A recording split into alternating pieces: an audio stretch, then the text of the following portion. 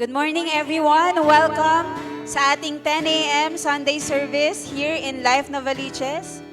We invite everyone to stand.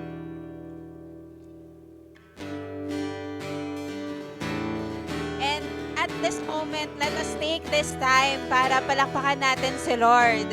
Right? Are we ready to worship God this morning? Are we ready to worship God this morning? And as we prepare our hearts to worship God through singing of songs and of praise and worship to our God, let me read from Psalm 107, verses 1 to 3. It says here, "Oh, give thanks to the Lord, for He is good, for His steadfast love endures forever. Let the redeemed of the Lord say so, whom He has redeemed from trouble and gathered in from the lands, from the east and from the west, from the north and from the south." You know, whenever we gather here, whenever we make a decision to wake up in the morning and come here in this place, in our worship center, to worship God, you know, it is a declaration that today I will recount the goodness of our Lord. Today, I will make a decision to remember His goodness, to remember His faithfulness, to give thanks to the Lord. And ano yung sabi dito sa verse na binasa natin? Give thanks to the Lord, for He is good. Do we agree that our Lord is good? Our Lord is good because His steadfast love endures forever. Even if we fail, even if, you know, we make mistakes, our God never changes. His love for us never changes. His great loving kindness, His steadfast love endures forever to all of us. And so with that, we will respond in praise. We will respond in worship to our Lord God. This morning, let us take this time to lift up our hands and to pray. Lord, You are a good God. You're an everlasting, majestic, wonderful, powerful God. Thank you, God, because You are good. And we give thanks to You today. Thank you, God, because Your steadfast love endures forever to all of us. Thank you, God, because You have redeemed us. All of us here, God, we came from different backgrounds, coming from many troubles, Lord, of many kinds. Lord, we came from different trials, Lord, that we face week in and week out. But God, thank You because it's You who always redeems us. It's You who always restores us, Panginoon. Kaya Lord, today, we come here and Lord, we wanna say thank You. We wanna say You are good. You, Lord, are good to us. Thank You, God, for Your steadfast love for all of us. So God, receive the praises of Your people. And Lord, we want to sing, Lord, songs of praises and worship that You only deserve. Our King of Kings and Lord of Lords. This we pray in Jesus' name. Amen and amen. Let's worship our God.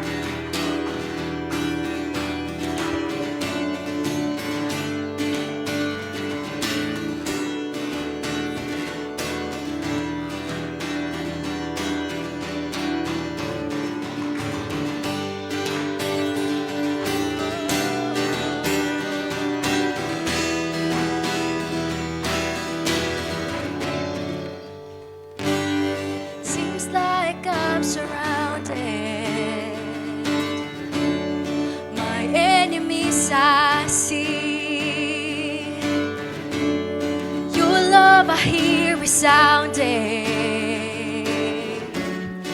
This freedom I shall see. No trouble can destroy my hope.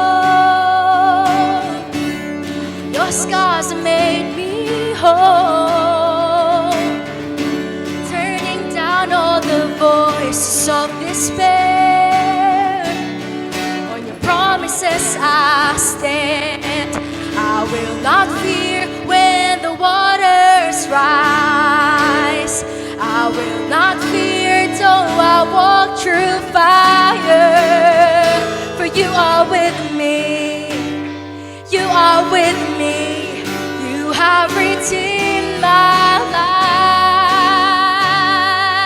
We sing no trouble.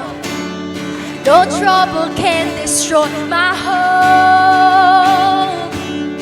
Your scars have made me whole, turning down all the voices of despair. On your promises I stand.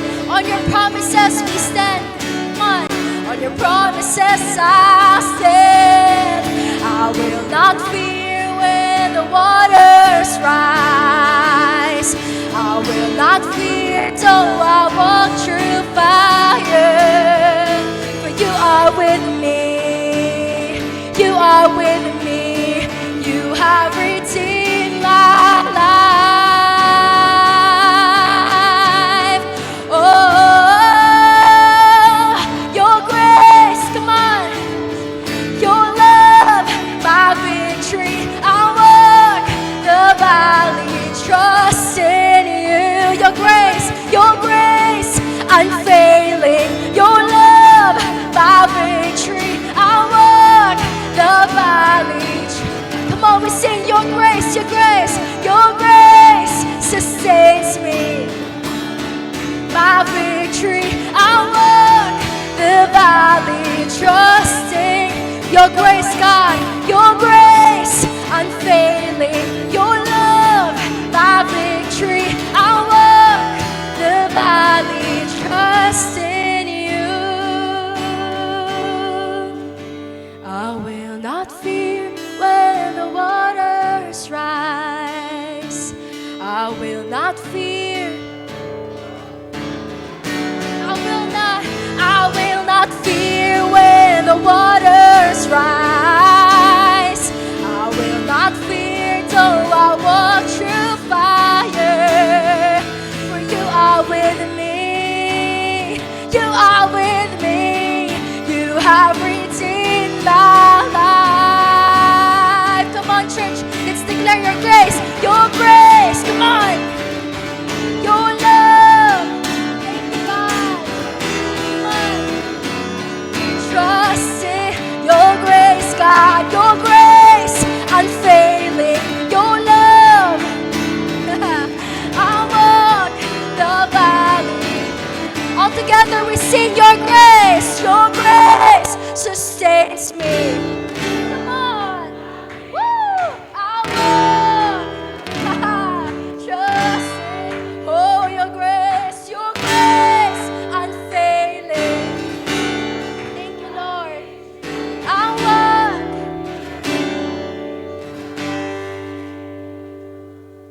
Trust in you, I will not fear waters rise. I will not fear, for you are with me. You are with me. You have redeemed my life.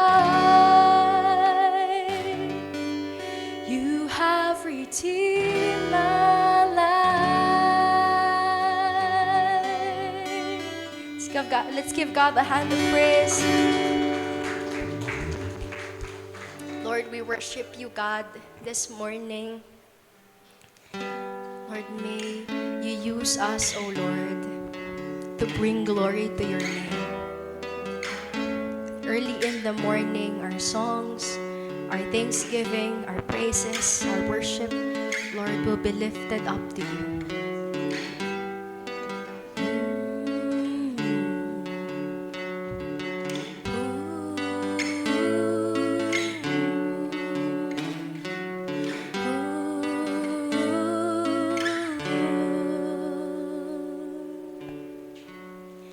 What is man, your mind's full of, that even though his soul was lost, for him you bore the only cross that could restore.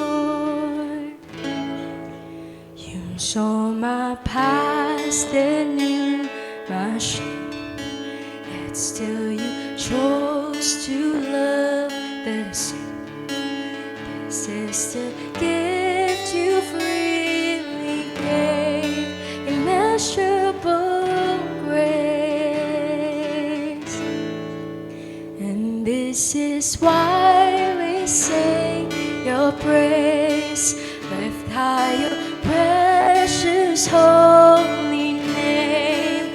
Oh, Jesus Christ, the Son of God, because of your love, our debt is paid. You saw my past and knew my shame, yet still you chose to love the same. This is the gift you freely gave, immeasurable grace, immeasurable grace. And this is why we sing your praise, lift high your precious holy name. Oh, Jesus Christ, the Son of God, because of your love, our debt is paid.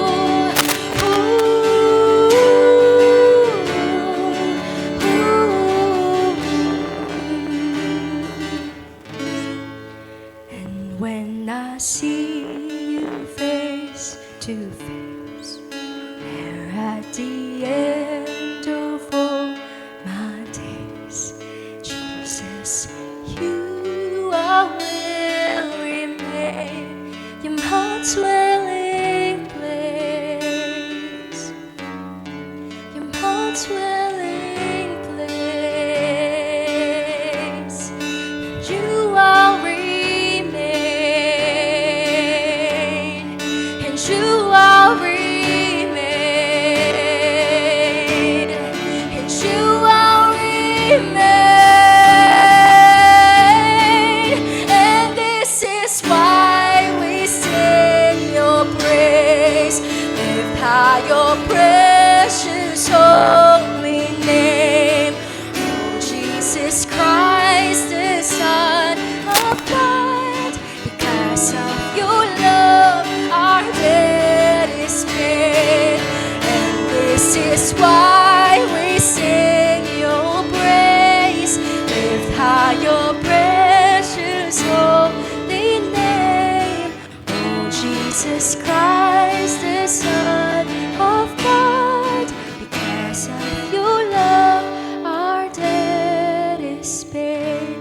Because of your love, our debt is paid. Because of your love, we sing your praise.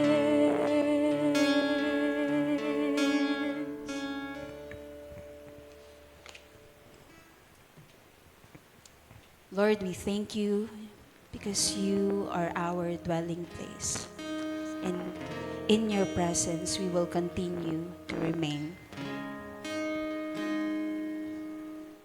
At this moment, let us prepare ourselves as we worship God through our time of giving. Let us read from Philippians chapter 4, verse 19.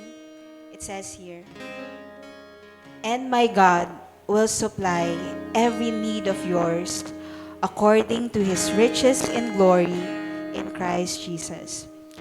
You know, this letter that we read, the letter was written by the Apostle Paul to the Christians in the Philippi while he was in prison. And you know, a prison is a desolate place, right? A prison is a hopeless place wherein you're just awaiting for you to either be released or you're waiting to be punished, you're waiting for your death. And yet, this letter of Paul, it is full of encouragement. It is full of exhortation of gladness and of joy.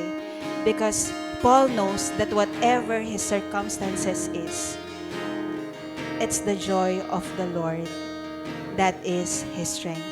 And you know, in this verse, we are encouraged that it is God. Can you say, it is God who will supply.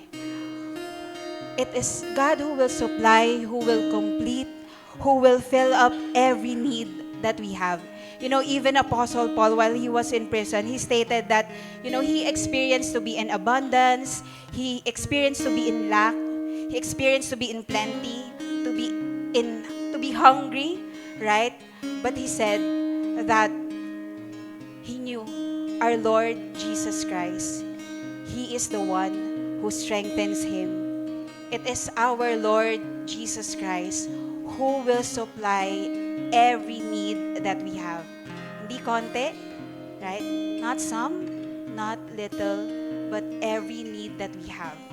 And every need that we have that God will supply is not in accordance to what we can do or according to our ability, but is according to the ability of God to provide, because it is in accordance to His riches in Christ Jesus.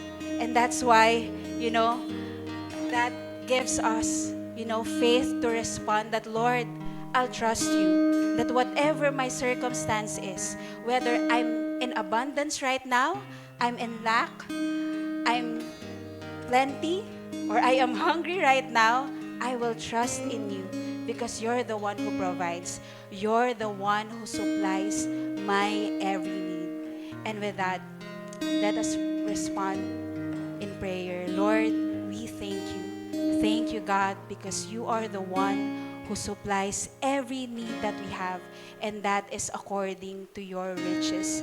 Thank you, God, because you love us, Lord, in every circumstances that we face, God. Salamat, Panginoon, kasi yung pagmamahal mo hindi nagbabago sa amin. Kahit kami, God, nag-fail, but your love never fails. Your love always overwhelms us.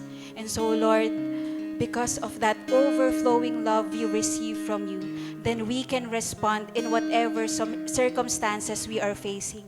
If we are facing lack right now, if we are facing abundance, if we are facing, Lord, hunger or experiencing hunger right now, God, Lord, we declare, you are good. You are good. And that, Lord, you will supply every need that we have. Because that's who you are. That is your character. You are always good and you always love your people. We thank you, God. And so, Lord, today, as we, Lord, offer the sacrifice of praise, that is our declaration, the truth that you are good to our lives. We thank you, God, in Jesus' name. Amen and amen. And today we'll also take time to pray for the kids, for the next generation. Let's extend our hands to them. Lord, we thank you for this next generation. Thank you, God, for these little children, Lord, are growing up, God, in the presence, in your presence, in the presence of your people. Na, Lord, nakikita nila how good it is to dwell in your presence, how good it is, Lord, to worship you, Lord, na kahit sila, God, hindi man nila naintindihan pa yung sitwasyon sa paligid nila. But, Lord, you are etching in their hearts, God. You are, Lord, allowing, Lord, their hearts to be so soft right now, Panginoon, to receive you, and to, Lord, just dwell in your presence, Panginoon. And so, Lord, we pray for them, God, that as young as they are, they will, Lord, delight in your presence. They will delight in your word. Whatever, Lord, words that will be taught to them by the kids' teachers or by their parents, God. I pray, God, that they will follow it in accordance to your ways, in accordance to your word, God. And Lord, we look forward that we will see these next generation growing up, Lord, that one day they will fear you, and that, Lord, they will be a blessing to their families and to many nations. We thank you, God. This we pray in Jesus' name. Amen. Let's continue to respond in worship to our God.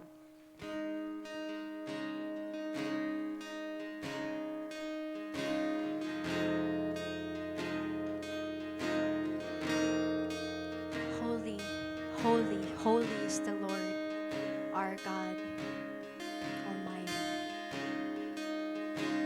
Holy, holy, holy, Lord God Almighty. Early in the morning, our song shall rise to thee. Holy, holy, merciful and mighty, God in three persons, blessed Trinity.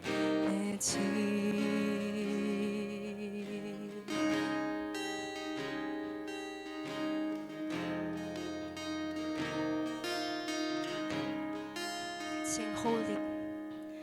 Holy, holy, holy, though the darkness hiding, though the eye of sinful man thy glory may not see. Holy, thou art holy, there is none beside thee, perfect in power and love and purity.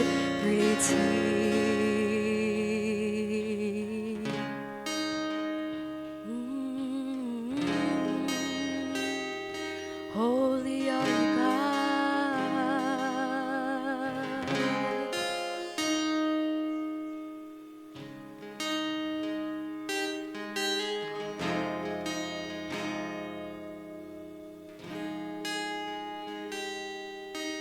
What to me, sinner, my eyes have seen the only holy King. You reach for me and pay the greatest price. My sin atoned, no, I am justified. From your throne, your voice it goes so loud. Who will go? Whom shall I send now? Lord, here I am. Use me as you will.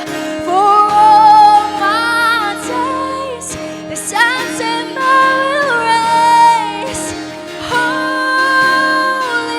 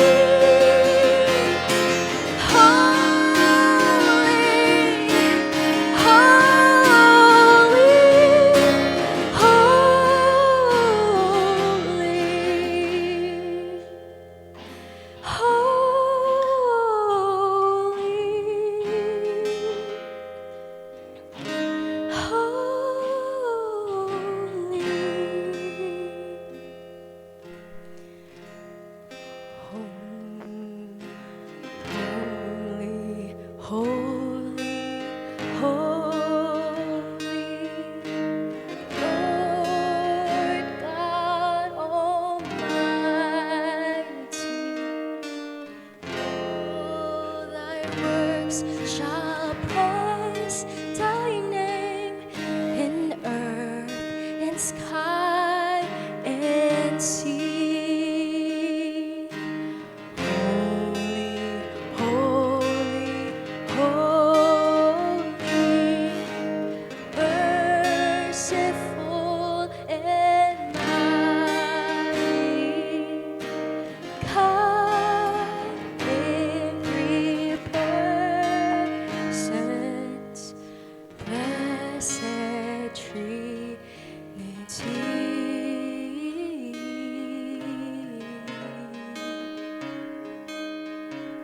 Blessed Trinity.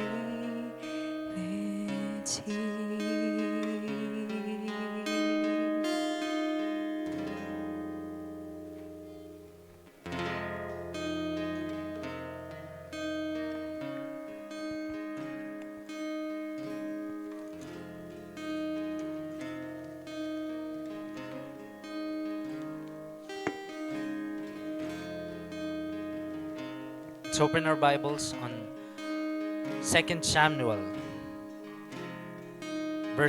chapter 12, verses 1 to 6. And the Lord sent Nathan to David.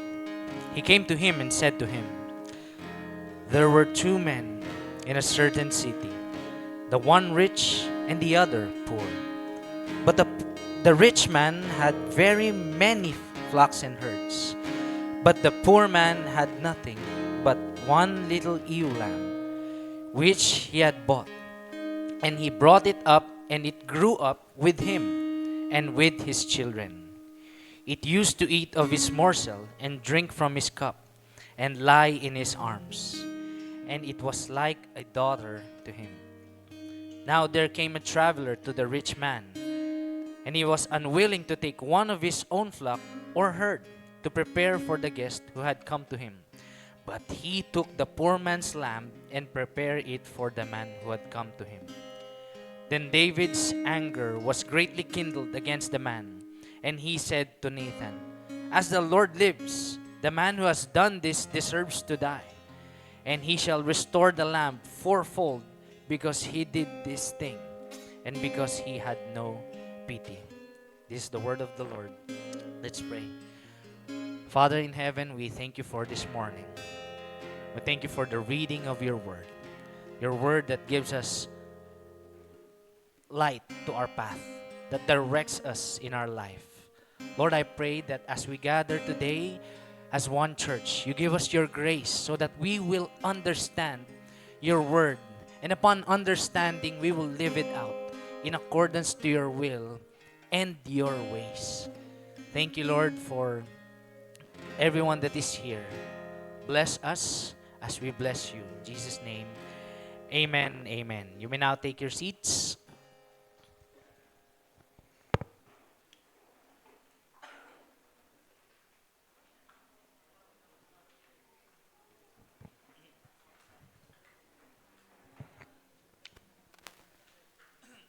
Morning, everyone. Welcome to our 10 a.m. service.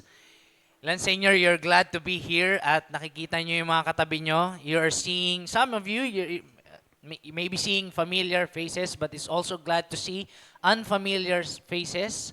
And for those of you na you came here for the first time, you are very much welcome dito sa Life Nova. Alright? So, ako si Jo Marie, one of your campus missionaries, and I'm serving with my wife here, Crystal, and our leadership team. And I'm really glad na meron akong opportunity ngayon to share the third week of our series from the Word of God. Our series is entitled New Gen. Yan. New Gen.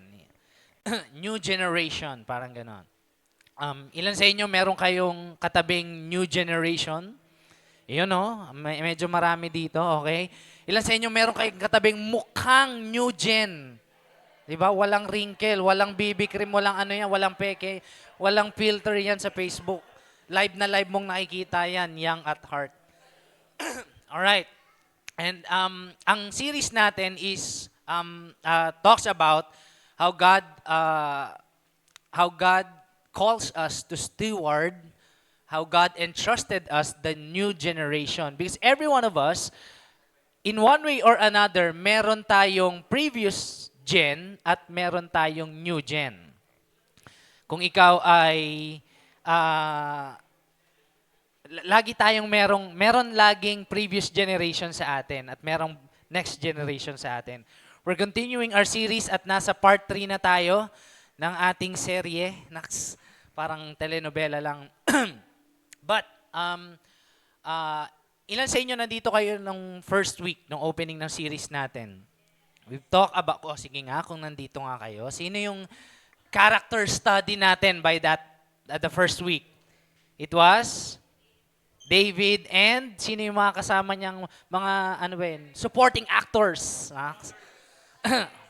Okay, yung mga fathers niya, spiritual father and biological father, si Jesse and si David Sanchez. And si Samuel, ayan. Tapos, nung nag-grow na siya, nagkaroon na siya ng salon.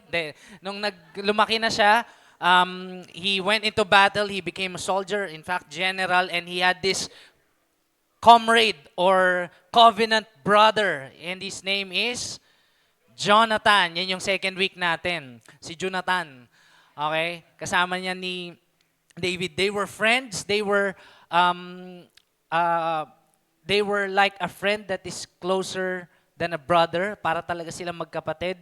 Kumbaga, partner sila pagdating sa battle, sa battlefield, sa mission. And kaya lang, yung king nung time na yon, hindi pa king si David, si King Saul ayaw niya kay David. Okay? Ayaw niya. And ang gusto niya maging king, syempre yung anak niya na si Jonathan. But they were best friends. And more than friends, parang brothers na. And Jonathan knew that David will be the next king, not him. But he supported him all the way. And in fact, gave his armor because he knew, si Jonathan, alam niya, meron siyang, ang pinagkaparehas nila ni Jonathan, hindi dahil lang sa parehas silang malakas, at parehas silang gwapo, at parehas silang matikas, pero ang pinagkaparehas nila is parehas nilang mahal si Yahweh, si Lord God, at parehas nilang pinaglalaban ng bayan ng Israel. So that's covenant brotherhood or covenant sisterhood in our modern day as well. All right, so now we're gonna talk about one of the tragic part ng story ng buhay ni David, and it's recorded in the Bible. But since it's recorded in the Bible, we have to preach it. Not because hindi natin, alam mo yun, tinatanggal natin yung mga masasamang part ng Bible tapos pakita lang natin yung maganda. No. Because it was recorded in the Bible, God has a way of teaching His people and also redeeming what was meant for evil to turn it into good. Yung binasa nating text kanina, the background is, malaki na neto si David, king na siya neto. King David na siya. At by this time, nagkwenta no? King na siya, tapos si Jonathan na kanyang brother, covenant brother, ay patay na. Okay, pero he was enthroned as a king, and he's leading ang buong bayan ng Israel. And here's the background of the text that we read. Nagkaroon siya ng kasalanan. At hindi lang basta kasalanan, matinding kasalanan. Matindi pa sa matindi. Tingnan mo yung katabi mo. Matindi yan, pero mas matindi yung ginawa ni David. Parang magkaibang matindi yun Okay, hindi matindi yung kasalanan yan. Now, here's what happened. There's one time that they were in a battlefield, ang buong soldier and men of valor and army ng Israel, At si King David ay nasa castle at nagpapahinga, nagre-relax. Habang yung mga kasamahan niya, yung mga soldiers niya, yung mga nililid niya, nasa battle. They're fighting with the Ammonites. And here's the catch. Okay lang naman mag-relax. Diba? Ilan sa inyo nagbakasyon kayo somewhere last summer, Max? Yeah, sa SM Caloocan na bagong bukas. Ngayon, kaya lang, kung ang mga kasamahan mo ay nasa bingit ng kamatayan at sila ay naglumalaban para sa bayan, parang hindi ata masyadong maganda yon. At ikaw pa yung king. Now, here's the catch. One time, he was relaxing, nasa tuktok siya ng bubong ng kanyang kastilyo at nakikita niya lahat. For those of you who have teenagers here o may kasama naman kayong parents, this preaching is rated PG. Okay? Parental guidance is advised. So, mamaya explain nyo na lang pagka uwi. Pero I'll get to explain it. But by the grace of God, we will all have this one mind. Ang nangyari, he was watching over the town and he saw a beautiful woman, naked and naliligo. At ang pangalan niya ay Bathsheba. Siguro naliligo kasi. No, that's her real name, Bathsheba. Sheba. Yan, Bathsheba. Yun ang kanyang pangalan. At dahil nagandahan si David at king siya, ginawa niyang lahat para maangkin ang kanyang ang nagtempt, kung kanino siya na-tempt. At yan nga si Bathsheba. Kaya lang, si Bathsheba is a married woman to a Hittite and to one of his soldiers who is in the battle. So here's what he did. Siyempre, dahil, alam mo yon, in love siya, hindi niya mapagilan yung kanyang puso. Ayan, mahirap pag puso yung sinusunod, no? So ang ginawa niya, kinuha niya yung si Bathsheba, siyempre king, give orders lang. Andyan na. So ang nangyari, King David, sinipingan niya si Bathsheba and Bathsheba bore a child. Merong bunga yung kanyang kasalanan. And ang binasa natin ay 2 Samuel chapter 12. Ang scene niya ay recorded sa chapter 11. Buong chapter tungkol sa scene ni David. Ito pa kasi yung nangyari, hindi lang doon. Ngayon, nalaman niyang buntis. Nalaman niyang pregnant. Alam mo ginawa ni David? Kung ikaw king, nalaman mo may kasalanan ka sa isang woman, tapos yung soldier mo ay yun yung asawa, tapos buntis. Alam niyo ginawa ni David? Meron siyang general, ang pangalan Joab, at yun yung leader ni Uriah, yung asawa ni Bathsheba. Sabi niya, pauwiin mo dito si Uriah. Wala pang telepono noon, letter pa. Nagpa-load. Wala pang load nun eh. Pauwiin mo si Uriah, yung asawa ni Bathsheba, the Hittite, yung asawa ni Bathsheba, at sabihin mo na celebrate siya at sipingin niya yung asawa niya. Ngayon, umuwi si Uriah kasi king's orders. Umuwi si Uriah, tapos sabi niya, oh, good job, soldier. Gumanon pa. Good job, soldier. Ngayon, dahil napakagaling mo sa laban, umuwi ka sa asawa mo and make love to her. What is David doing? He's trying to cover up. Siyempre, pag nag-make love sila at nabuntis, oh, congrats! Congrats, bro! Sa'yo yan, ang kamukha mo. But Uriah is a man of principle. He loves God. And he loves Israel. Sabi niya, King David, hindi ako makakatulog at makaka-celebrate habang yung mga kasama ko, yung mga brothers ko, nakikipaglaban sila sa gera. Pasensya na. Sa labas na lang ako ng bahay matutulog. David,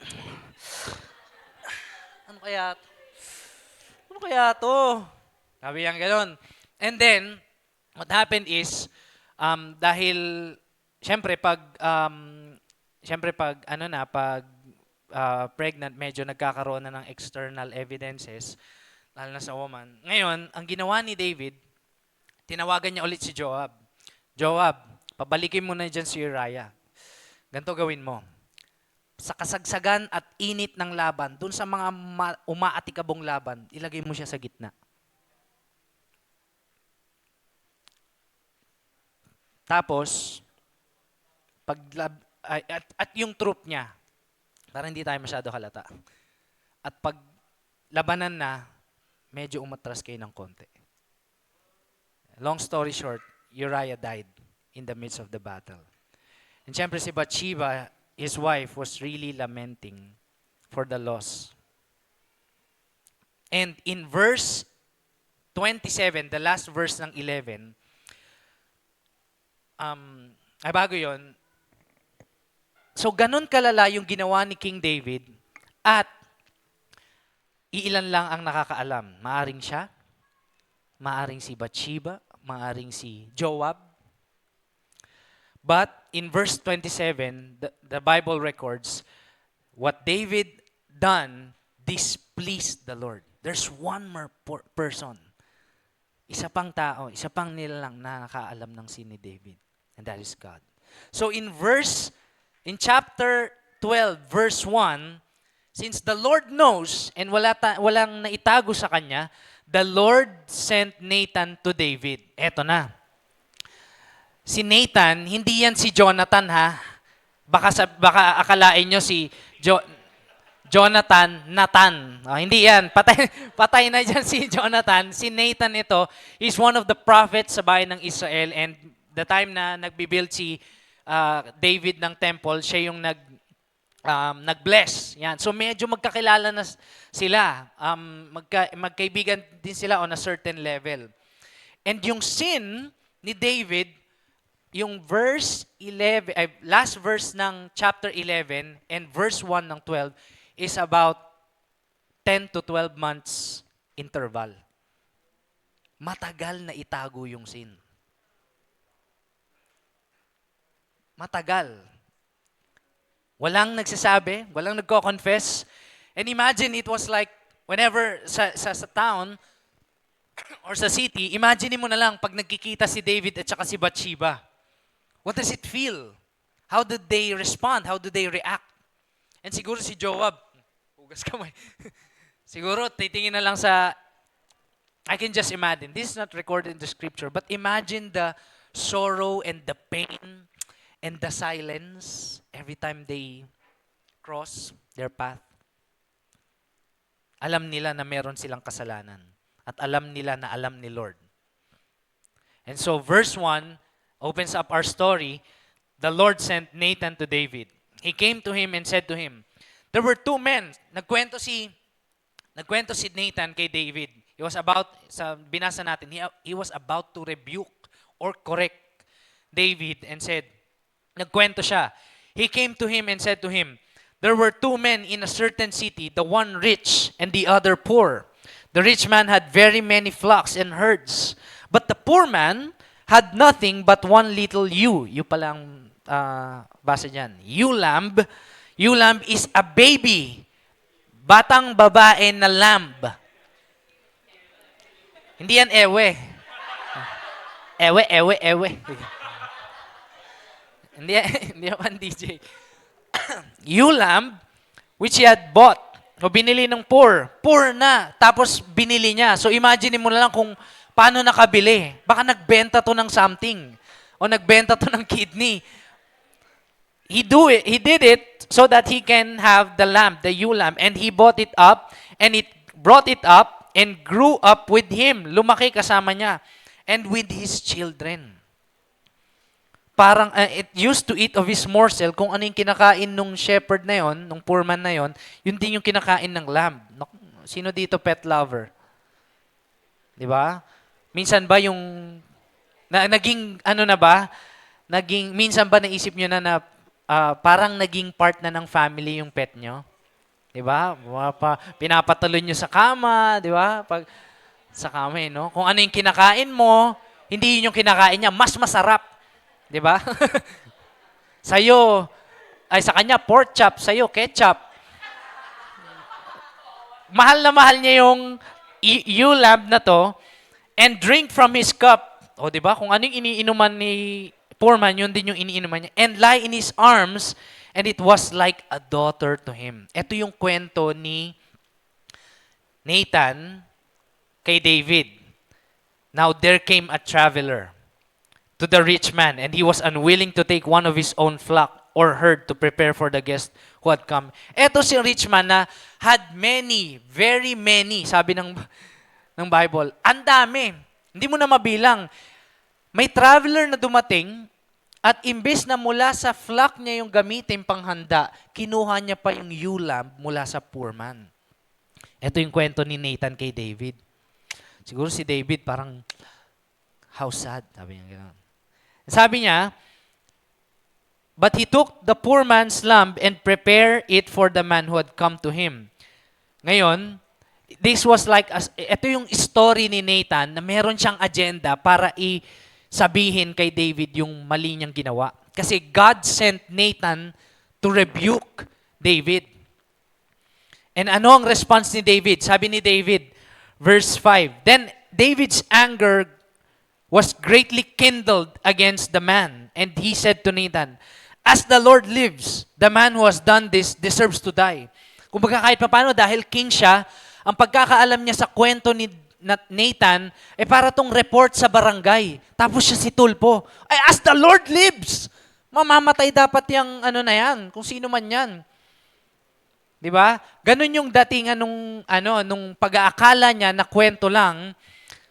And di lang siya mamamatay, sabi ni David. Eto pa yung mangyayari dyan. And he shall restore the lamb fourfold. Because he did this thing. And because he had no pity. Kailangan mawala din sa bayaran niya ito 4 na beses. Kasi walang compassion yung mayaman na yan. Isipin mo, dami-dami niyang flocks. Tapos kinuha niya pa yung baby lamb. Baby lamb. Baby lamb. Kinuha niya pa yon. Bastos to. Sino ba yung rich man na yan? Parusahan na yan. Sabi niya ganun. Verse 7, the highlight of our text. Nathan said to David, hindi yan guys. Hindi yan, you're the man. Hindi yan, kasi exclamation point eh. You're the man. Sabi niya ganun. You are the man. Ikaw yon, David. Thus says the Lord, the God of Israel, yung sineserve mo, yung nag-anoint sa'yo, yung nagluklok sa'yo sa trono, yung nag-iingat sa'yo mula kay King Saul, yung kasama mong lumaban kay Goliath, the God of Israel, anointed you king over Israel and delivered you out of the hand of Saul. Ang sinasabi na to ni Nathan. This is God's voice through Nathan, and I gave you your master's house and your master's wives. Now,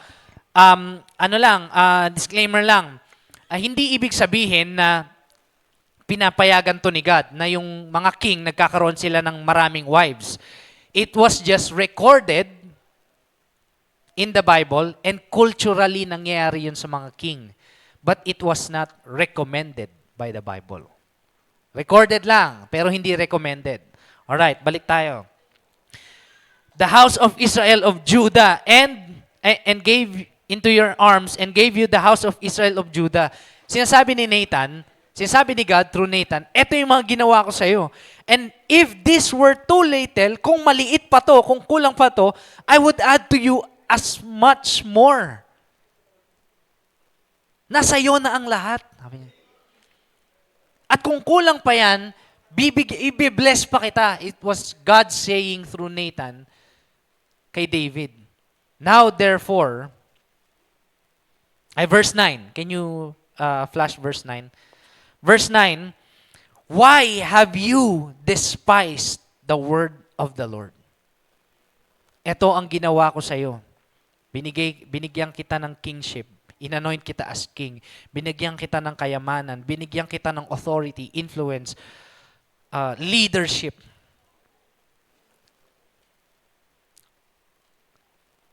Pag meron kang gustong orderin sa Grab, binibigay ko. Pag meron kang gustong orderin para sa bayan ng Israel, nangyayari. Why have you despised the word of the Lord? Despise means it's a great term for lapastangan. Bakit mo nilapastangan ang salita ng Diyos? To do, para lang gawin what is evil in His sight. You have struck down Uriah, yung mister ni Bathsheba, yung isa sa mga soldier mo, lumalaban para mapanatili yung peace and order sa bayan ng Israel. Kapag may mananakop na bansa, sila yung dumidepensa. Nasa battlefield sila, ikaw nagre-relax, nagde-Netflix ka.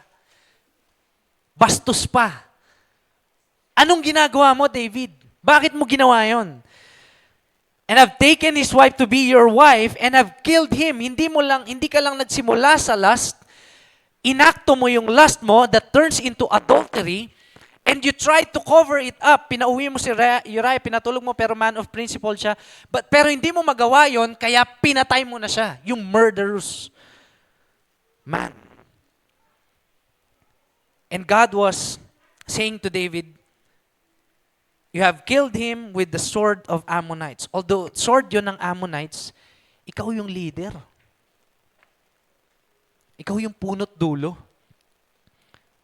Verse 10, now therefore, the sword shall never depart from your house.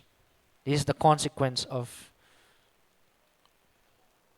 David's sin. Because you have despised me and have taken the wife of Uriah the Hittite to be your wife. Thus says the Lord, behold, I will raise up evil against you out of your own house. Yung evil na ginawa mo kay Bathsheba or sa household ni Uriah, mangyayari sa household mo. And I will take your wives. Marami kang concubines, marami kang kabet. Nung una pa lang, sinabi ko na yan sa Genesis, Leviticus, Deuteronomy, na hindi maganda yung maraming wives. Na it displeases the Lord, pero ginagawa mo pa rin. And I will take your wives before your eyes and give them to your neighbor, and he shall lie with your wives in the sight of the sun. For you did it secretly, but I will do this thing before all Israel and before the sun. God is saying the consequences of his sin. Kung ginawa mo yun in secret, yung mga wives mo, sisipingan sila ng mga neighbors, done in public. One way or another, you love them, pero masisira yun.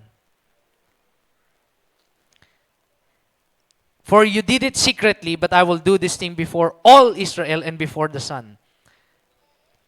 Imagine the consequence.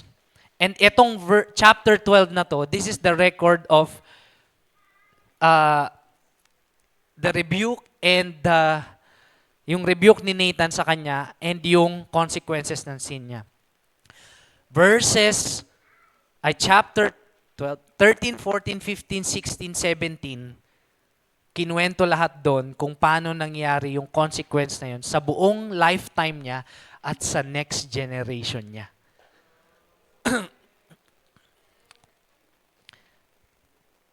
And so, David, king over Israel, committed adultery and murder. Those are punishable by the law of Moses. Alam niyo kung anong punishment doon? Una pa lang, sa adultery, death. And nag-murder pa siya. Double dead. Double dead ka ngayon, David. Kawawa si David.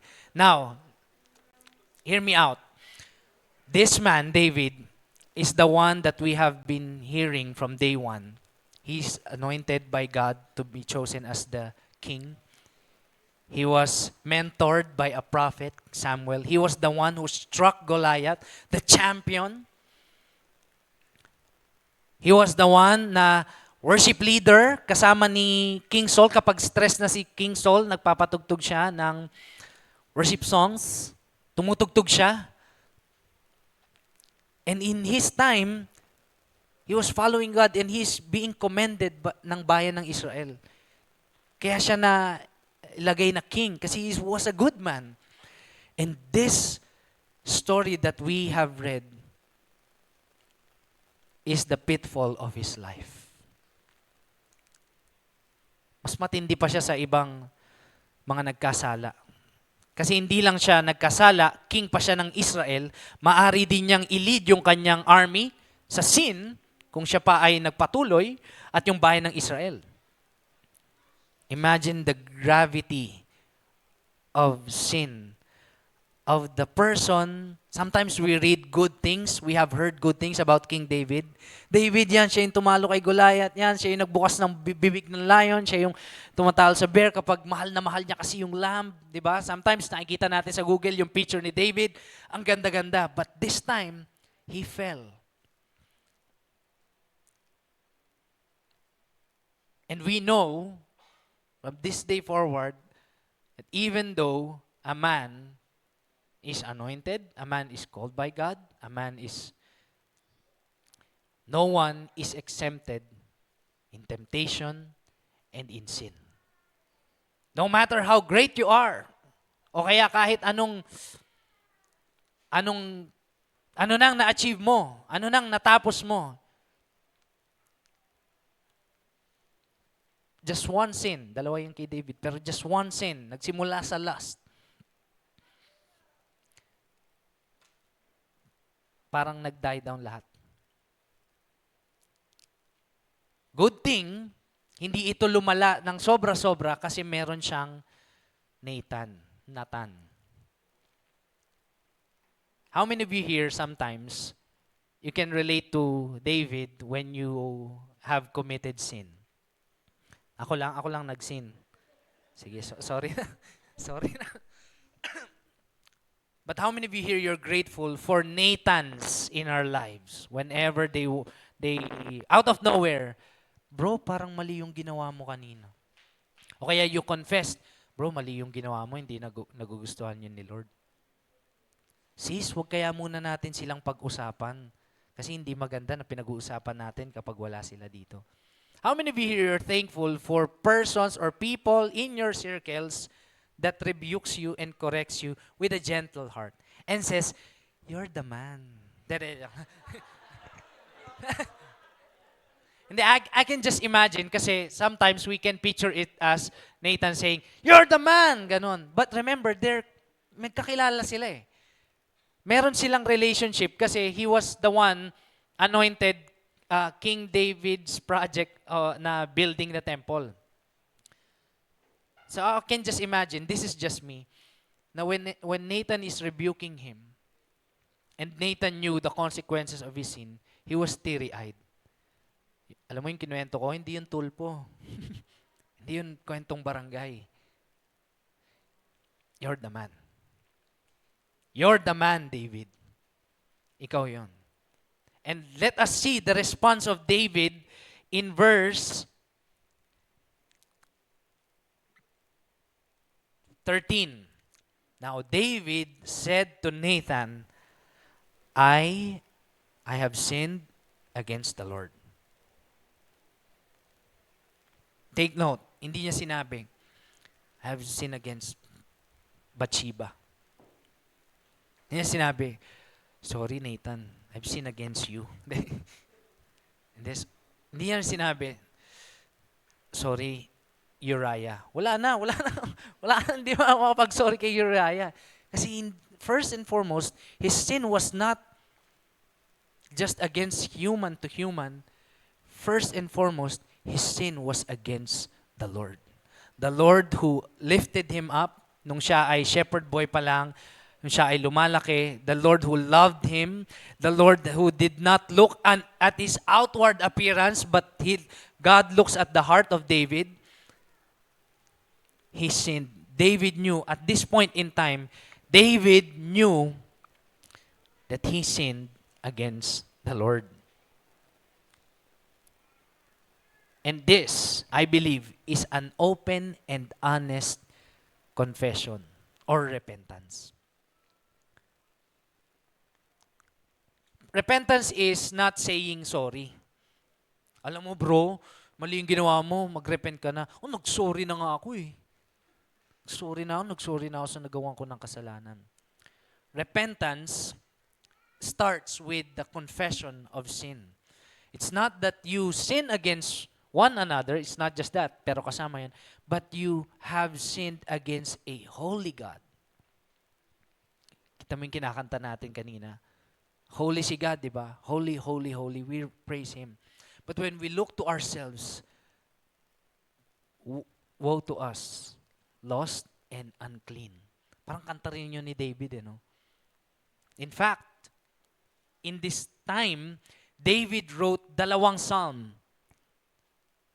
In this time ng kanyang, paghahagulgol, ng kanyang distress, ng kanyang repentance. One is Psalm 32. And the next is Psalm 51. Mas sikat lang yung Psalm 51. Create in me a pure heart. Cast not away your presence, your Holy Spirit from me. So, nung nakita ni Nathan, siyempre si Lord, through Nathan, that he was repenting and with an open confession and an honest heart, sabi ni Nathan, and Nathan said to David, the Lord also has put away your sin. You shall not die. In other words, Nathan is saying, because you repented with an open heart, with an honest heart, you will not die. Alam mo, David, nag-adultery ka, na-murder ka, dapat patay ka na eh. Gusto mo, ako na eh. Lord, bigyan ko na to, Lord. Dapat patay ka na eh. In a twist, in just one snap of God's finger, you can be dead by now. Because of your sin. Siguro, I can just imagine, kung ako lang si Nathan, alam mo, hindi ko alam kung ano nasa isip ni Lord, pero kung ako, papatay na kita ngayon pa lang, baka lumaki ka pa eh. Baka kumalat pa yan eh, baka pamarisan ka pa. But, Nathan said, the Lord also has put away your sin. Put away. Wala na dito. Wala na kay David. And you shall not die. You see the grace of God? Ganun lang ba yun kabilis, coach? Pag nagsabi, I have sinned against the Lord. Okay, goods na. Goods. Okay lang, ayos na. Ganun lang ba yung kabilis? Or there's something in our heart that is happening and God only knows. Because when God anointed David, man looks at the outward and God looks at the heart. And in this repentance, man might be looking at the outward, but God still knows the heart of King David. And this is an honest repentance. Nevertheless, kaya lang, sabi ni Nathan, kaya lang, because by this deed you have utterly scorned the Lord, the child who is born to you shall die.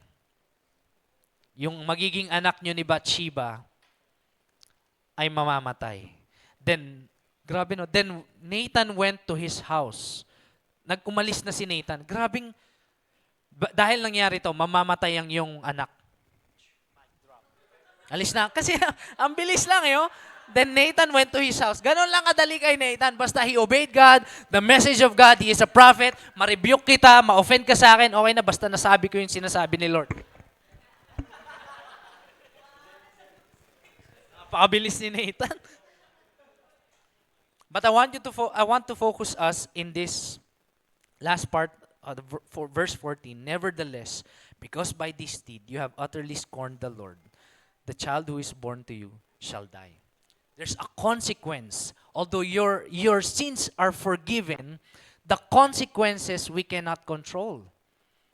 There are consequences when we did sin, malala, o mas matindi, maliit, meron niyang consequences. It's like a nail na kapag pinako mo sa kahoy, pwede mong bunutin and put away.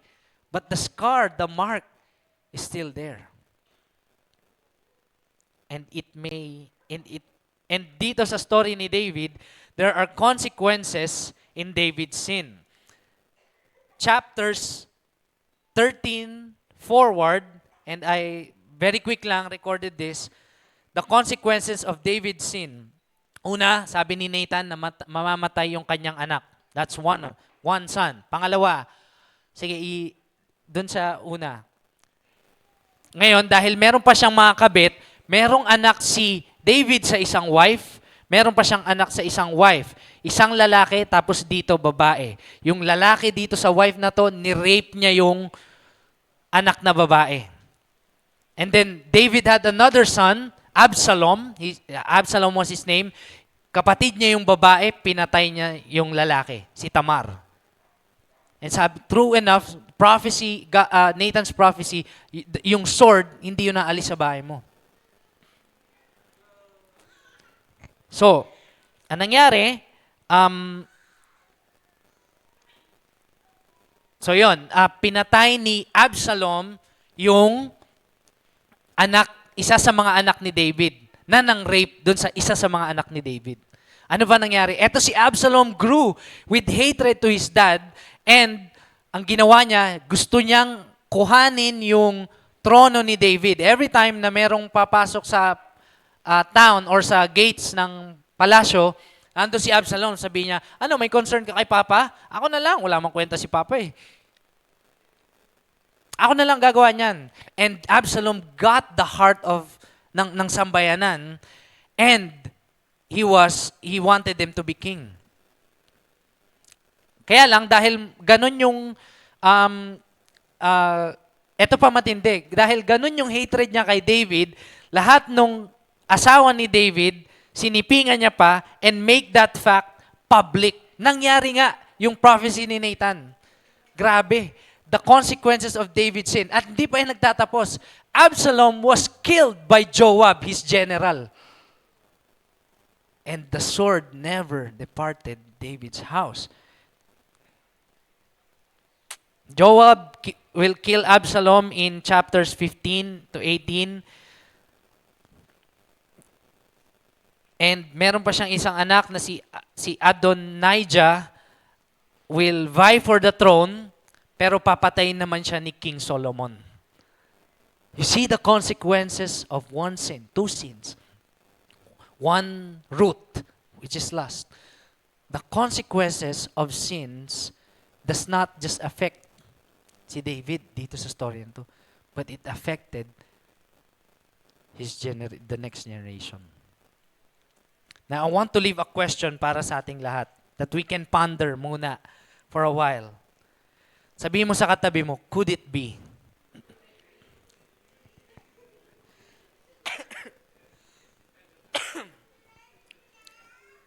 First is, could it be, as we reflect on our lives, could it be that the bad things happening in our lives are the consequences of our sin?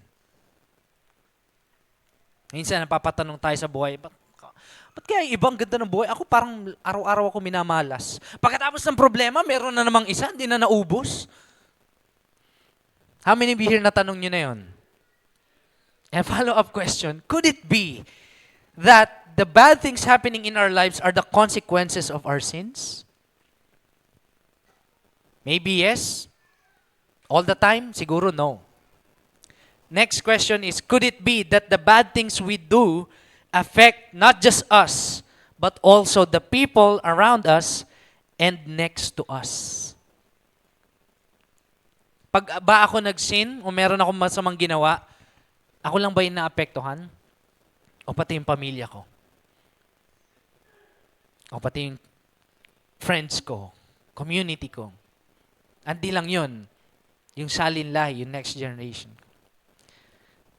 And could it be that the bad things, ito, just one point of view, could it be that the bad things happening in our lives are God's way of vindicating the people we wronged? Could it be na yung nangyayari kay David is God's way of vindicating Uriah? Because God is a God of justice. He will never let sin go unpunished. Lugi naman, di ba? Kung wala lang, sige David, kasi mabait ka naman sa akin dati. Yaman ni si Uriah, patay na yun eh. Hindi ganun si God. God is a God of justice. these questions allows our mind to think, ang laki pala ng ginagawa ng sin, no? Sa una, maliit lang siya. Ang kasalanan, maliit lang. Pero kapag nagawa mo siya at in the case of David, hindi niya kino-confess, hindi niya nire-repent. It has consequences. Good thing David repented. But there are consequences to what he have done. The truth is this. Kahit nung it was God's grace, mahal ng Diyos si David, kaya nga pinadala niya si Nathan. Among you here believe na mahal tayo ng Diyos, kaya nagpapadala siya ng mga tao sa paligid natin na nagko-correct sa atin para hindi tayo tuluyang maligaw ng landas, tuluyang mawala sa presence, at tuluyang mabulok sa sin natin. In some cases, that person or those people allows us to confess it to them. At napakaganda nun. Kasi hindi tayo hinahayaan ni God na mabulok at mamatay sa sarili nating kasalanan. The problem of our world today, tayo na nga yung may kasalanan, and when bad things happen in our lives, sinisisi natin si God. Amen? Or ako lang ba? Lord, ba't ba nangyari sa akin? Lord, sa dinami-dami naman ng tao, ako pa, sa akin pa nangyari to. Sa dinami-dami naman ng oras ngayon pa. And we haven't realized that sometimes the bad things happening in our lives are the consequences of our own sin. Ganong katindi yung sin. It destroys everything good you've done or you've pondered, you've inipon mo, ginamit mo, nasa'yo, you have achieved. It's just one sin. It can be destroyed. Grabe yung sin. And this story na binasa natin is not just a story, it's a history. Recorded in the times of Israel. A real nation, by the way. And the nation that went to the Philippines, tinulungan ng Pilipinas nung time ni Adolf Hitler. This is part of history. And we can glean from this kung gaano katindi ang sin. But the truth is this, kahit gaano katindi yung sin, nakita natin sa story, God is able to forgive us when we repent with an open and honest confession. God is able. Gusto kang patawarin ni Lord. One pastor said, when you try to cover your sins, God will reveal it. That's for your protection. That's for your healing. But if you have a good heart, when you try to reveal your sins, God will cover you. God will cover you. Because you know in your heart that your sin is not just destroying you, it destroys your very relationship with God. And God does not want that. Ayaw ni Lord na malayo siya kay David. Ayaw ni Lord na malayo si David sa kanya. Ayaw din naman ni David, kaya nga siya sumulat ng psalm, na mga kanta sa relationship nila ni Lord. That's the truth. God is able to forgive us. He can and He will when we repent with an open heart. The next truth is God wants to restore us so that we can testify to others and to the next generation na rin how good and faithful God is. And the next generation learns from our experiences and our examples. Kasi hindi lang naman yung mga masamang experiences tsaka magbuting example, yung mga ginawa din natin na maganda. Meron naman tayong ginawang maganda, di ba? Meron naman, di ba? I remember this time nung siguro last week lang to, one of our leaders, si Rigel and si Lyra, they approached us, kami ni Crystal, they asked for mentoring about their relationship. You know, and it was posted by Rigel, that they're in a boyfriend-girlfriend relationship. And they asked mentoring from us. Coach Taps, Kuya Taps, Ate Crystal, how do we honor God in our season na kami ay nasa relationship na to? And you know what I told them? I told them what I have received from Pastor Tim and Ate Jinky. The picture there on the left was taken 2017. Magjowa pa lang kami ni Crystal noon.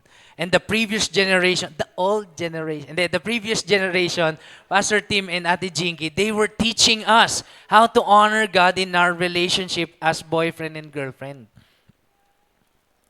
And this is very crucial sa mga campus peeps natin ngayon.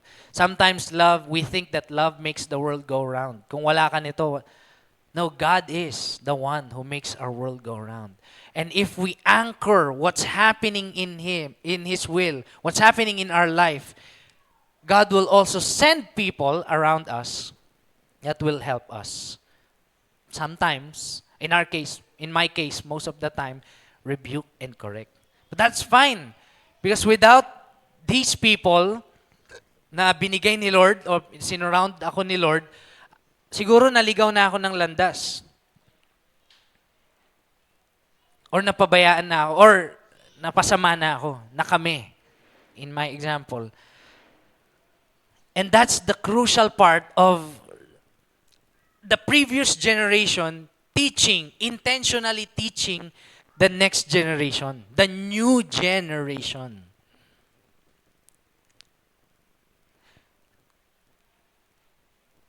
Nire-restore tayo ni Lord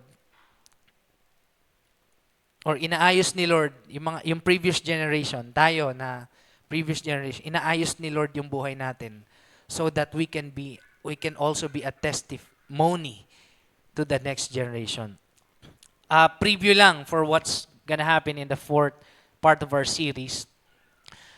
David will soon teach Solomon the way of a man.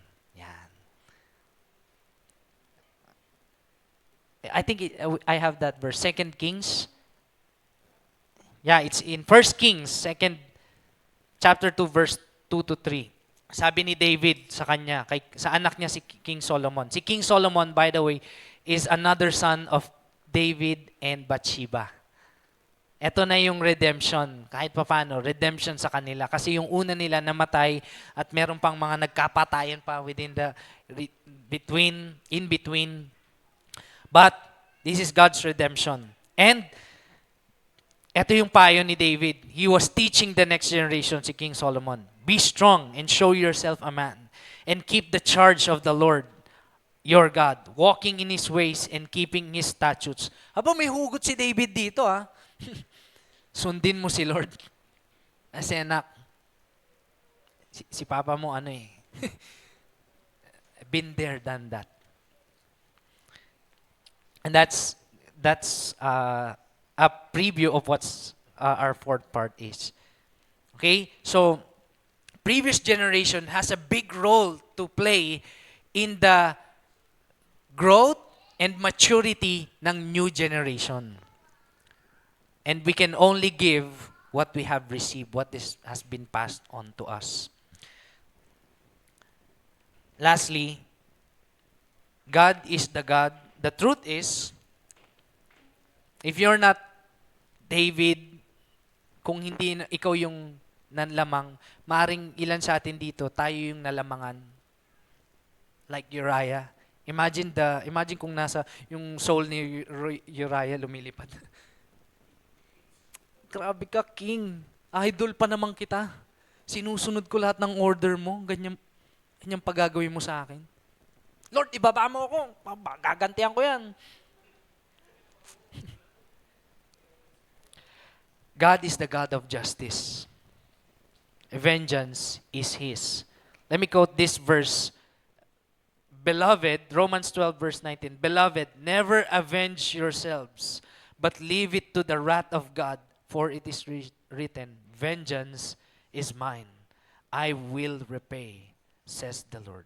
It's not just a could it be, but God really has a way of vindicating His people na minaltrato, kinawawa, nilamangan. God has a way. Because God is the God of justice. So if you're here today, hindi naman ikaw yung David na nanlamang, pero siguro, one point of your life, ikaw yung nilamangan, I have good news for you.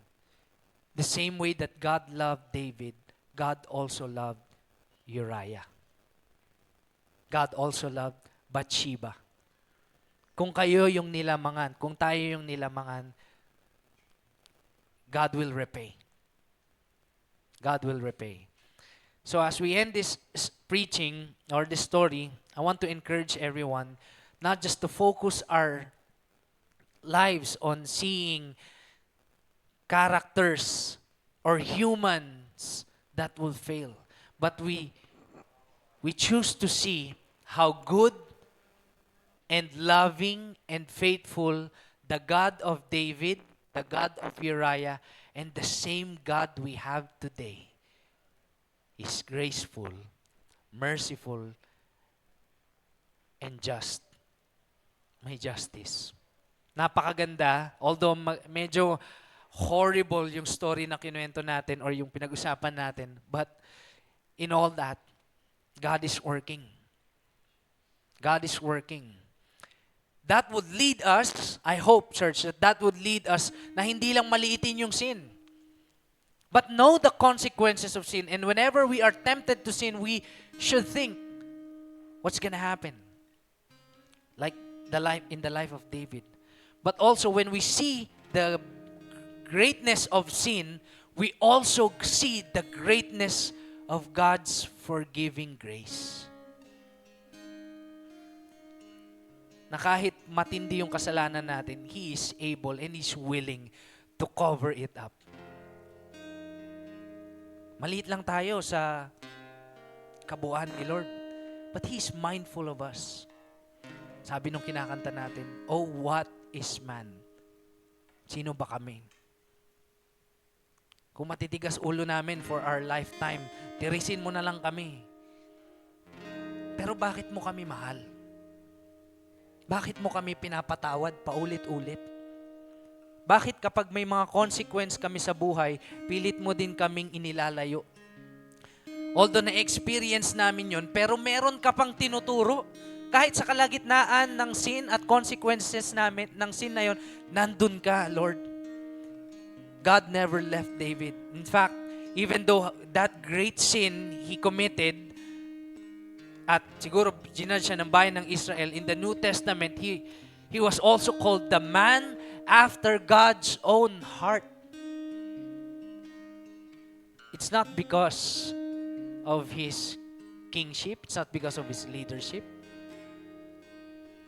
It was of what's in his heart. Because as we go back, man looks at the outward, but God looks at the heart. Let's all stand and let's pray to God.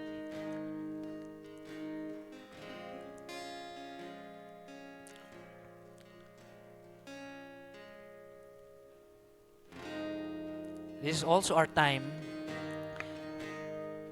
that if God was leading, if the Holy Spirit is leading you to repent on the sins, and you have seen the consequences, but you're not just afraid, we're not just afraid of the consequences, we realize we have sinned against God.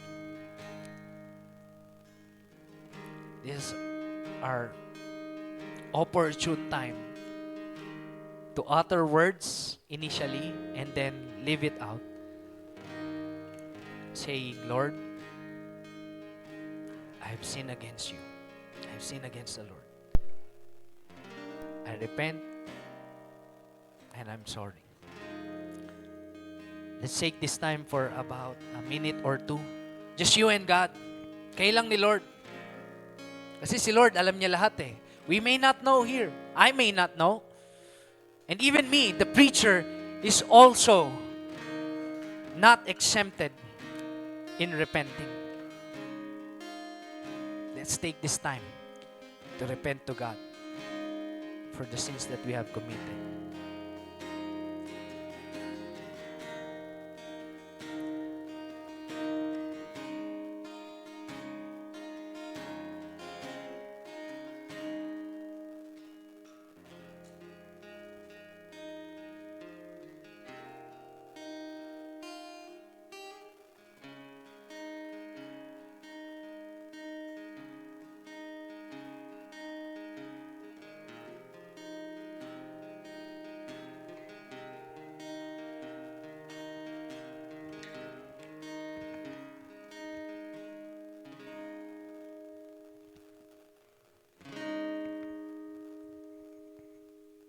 In our time of repentance, know this also. You're God's child.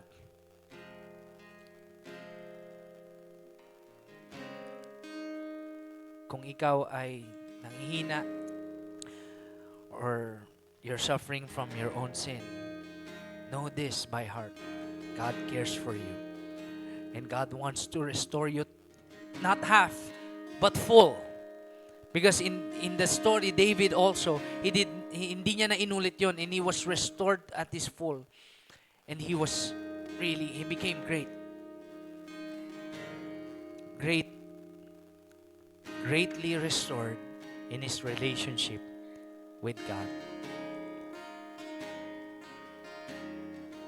Because God is gracious, God is forgiving, and He washes away our sins. And we can become white as snow. Justified, pinawalang sala in the sight of God.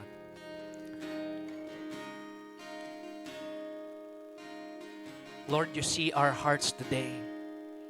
Our hearts and even our bodily form bows down to you. We have sinned against the Lord. One way or another, maliit man o malaki, we may have sinned against the Lord. And we mean it with all our heart. No more pretensions, Lord, because you can look through our hearts and scan it and see our intentions and motivations. But Lord, even if you see dirt, even if you see dishonoring things, we pray, Lord, na patawarin mo po kami. We pray, Lord, that you cleanse us, just like the prayer of David. Create in us a pure heart, O Lord. Create in us. Thank you, Lord. And if you're the person, that you're the one who've been wronged by others, God will also restore you. Again, not half, but the full, and to become like Christ in forgiving those who persecuted you, in forgiving those who wronged you, who sinned against you. Lord, we let go of these things that burden us. We let go of this unforgiveness that destroys us. We let go of this and we allow you, Lord, to come again in our hearts. We want to yield our spirits, Lord. We want to yield more of you. We want to experience you more. Not these sins, not these bad things, Lord, but you. And as we experience you, you transform us into your likeness. Thank you so much. And lastly, Lord, I pray for our generation today. Our generation today. Lord, you are good in all generation, in our generation. You are faithful throughout the ages, combinations of generation. You are good throughout the ages, and even to us. Give us the grace to proclaim you, to testify about you, to testify who you are and how good you have been, how good you are, how faithful you are in our lives, in our church, in our generation, and sa susunod na generation, sa new generation, Panginoon. So that they will worship you with all their heart. They will experience you. They will come to know you, honor you, and at the same thing as our mission statement, they will love you. Thank you, Lord. Give us also the grace to love one another, even today. Let it be your church, this church, be the church you want us to be. Thank you, Lord. In Jesus' name, amen and amen. Palakpakan naman natin si Lord. That's the God of Israel, the God of David, and the God that we serve and whom we worship through songs of praise. Let's worship God.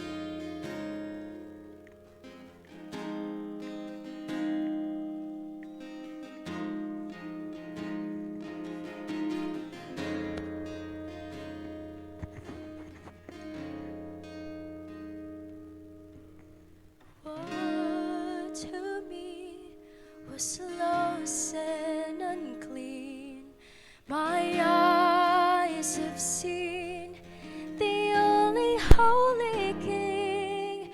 You reach for me and pay the greatest price. I don't know I am justified from your throne. Your voice it goes so loud. Who will go? Whom shall I send now? Lord, here I am. Use me as you will. For all my days, yes, until I will raise. Holy, oh God, holy,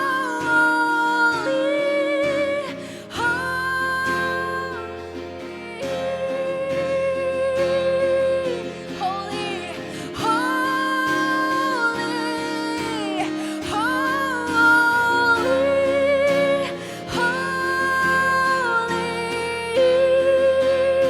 holy are you, God.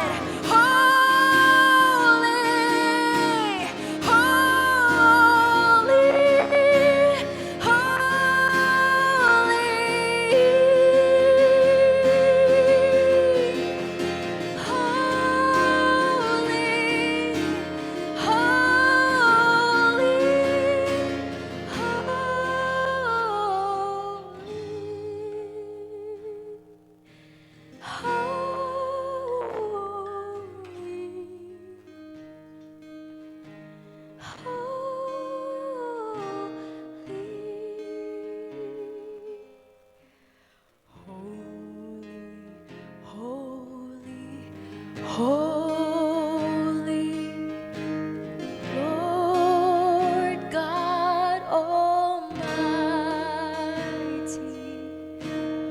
all thy works shall praise thy name in earth, in sky and sea. Holy, holy, holy, merciful and mighty, God in three persons, blessed Trinity.